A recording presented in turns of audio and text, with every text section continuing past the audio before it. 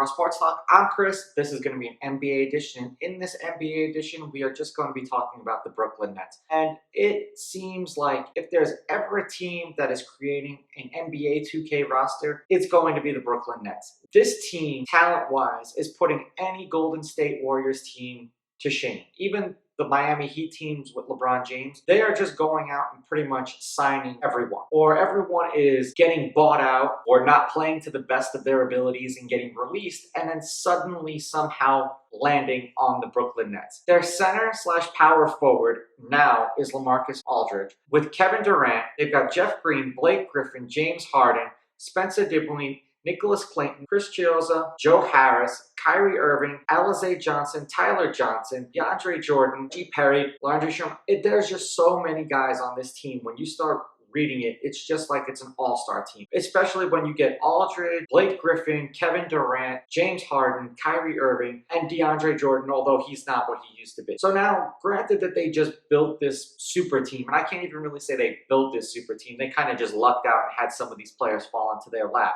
They are presently in second place in the Eastern Conference right now at 31-15, and I know that these numbers can change by the time this video gets posted. Will adding all of these guys to this NBA roster actually mean that the Brooklyn Nets will end up in the NBA Finals? The 76ers have been playing good without Joel Embiid. The Milwaukee Bucks, it seems like Giannis has his games where he's a superstar and he's an MVP, and then other games where he just disappears. The Western Conference, the Lakers are hurt. The Jazz look great. They've looked great all season. The Suns, the moves that they made were supposed to help build this team, and this roster is doing very well as it's compiled.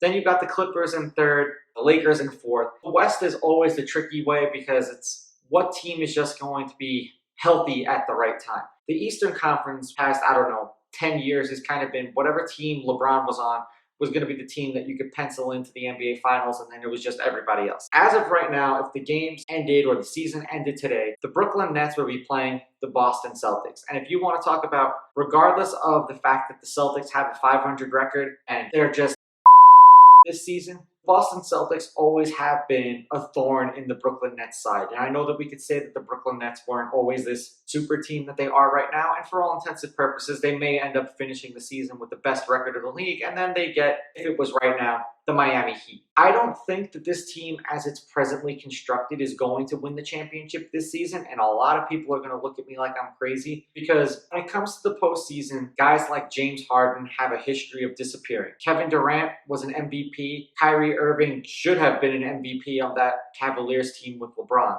Those two guys probably could carry this team. What's going to happen when they do their best to stop KD and they do their best to stop Kyrie, and now the ball's in James Harden's hands? As we've seen in playoffs past, James Harden kind of tends to choke in the NBA playoffs. Could this team make a run for it?